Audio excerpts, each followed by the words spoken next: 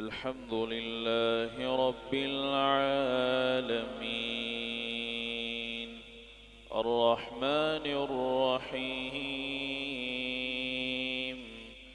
مالك يوم الدين إياك نعبد وإياك نستعين اهدنا الصراط المستقيم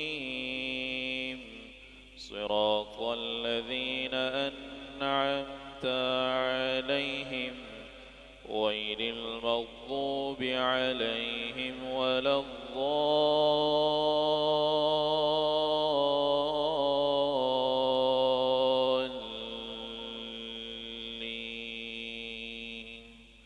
آمين.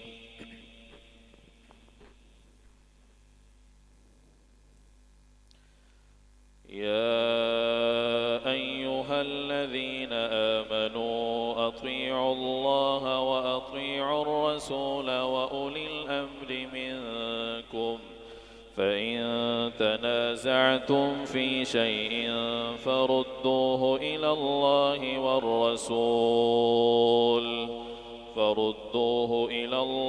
والرسول إن كنتم تؤمنون بالله واليوم الآخر ذلك خير وأحسن تأويلا. ألم تر إلى الذين يزعمون أنهم آمنوا بما أنزل إليك وما أنزل من قبلك يريدون أن يتحاكموا إلى الطاغوت وقد أمروا أن يكفروا به ويريد الشيطان أن يضلهم ضلالا بعيدا. وإذا قيل لهم تعالوا إلى ما أنزل الله وإلى الرسول رأيت المنافقين يصدون عنك صدودا. فكيف إذا أصابتهم مصيبة بما قدمت أيديهم ثم جاءوك يحلفون بالله إن أردنا إلا إحسانا وتوفيقا أولئك الذين يعلم الله ما في قلوبهم فأعرض عنهم وعظهم وقل لهم في أنفسهم قولا بليغا. وما أرسلنا من رسول إلا ليطاع بإذن الله ولو أنهم إذ ظلموا أنفسهم جاءوك فاستغفروا الله واستغفر لهم الرسول لوجدوا الله توابا رحيما. فلا وربك لا يؤمنون حتى يحكموك فيما شجر بينهم ثم لا يجدوا في أنفسهم حرجا مما قضيت ويسلموا تسليما. ولو أنا كتبنا عليهم أن اقتلوا أنفسكم أو اخرجوا من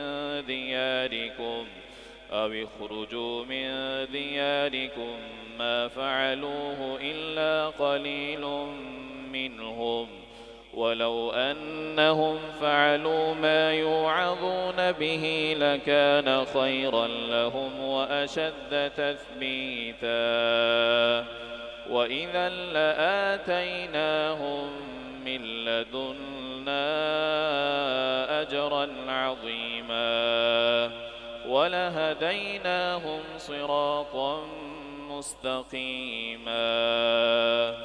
ومن يطع الله والرسول فأولئك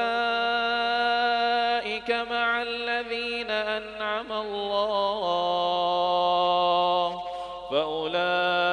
أولئك مع الذين أنعم الله عليهم من النبيين والصديقين والشهداء والصالحين وحسن أولئك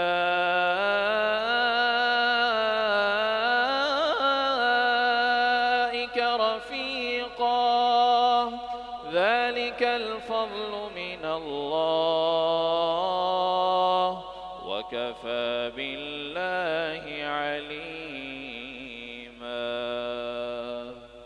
الحمد لله رب العالمين الرحمن الرحيم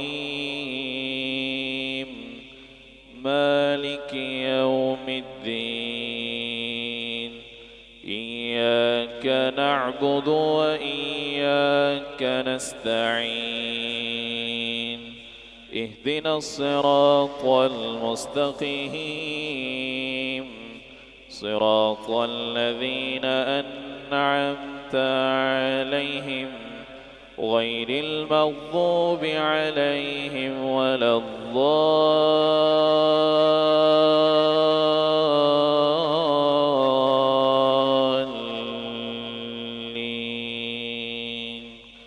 آمين. لقد كان لكم في رسول الله أسوة حسنة لمن كان يرجو الله واليوم الآخر وذكر الله كثيرا. ولما رأى المؤمنون الأحزاب قالوا هذا ما وعدنا الله ورسوله وصدق الله ورسوله وما زادهم إلا إيمانا وتسليما. من المؤمنين رجال صدقوا ما عاهدوا الله عليه فمنهم من قضى نحبه ومنهم من ينتظر وما بدلوا تبديلا. ليجزي الله الصادقين بصدقهم ويعذب المنافقين إن شاء أو يتوب عليهم إن الله كان غفورا رحيما. ورد الله الذين كفروا بغيظهم لم ينالوا خيرا وكفى الله المؤمنين القتال وكان الله قويا عزيزا. وأنزل الذين ظاهروهم من أهل الكتاب من صياصيهم وقذف في قلوبهم الرعب فريقا تقتلون وتأسرون فريقا. وأورثكم أرضهم وديارهم وأموالهم وأرضا لم تطئوها وكان الله على كل شيء قديرا. يا أيها النبي قل لأزواجك إن كنتن تردن الحياة الدنيا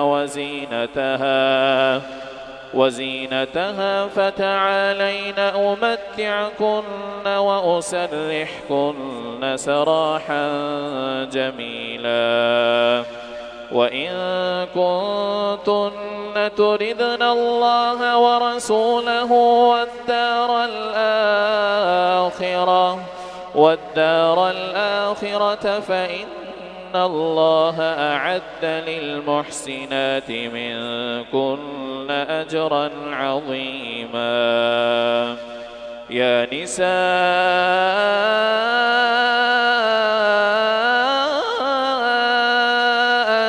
النبي من يأت منكن بفاحشة مبينة مؤمنة يضاعف لها العذاب ضعفين وكان ذلك على الله يسيرا.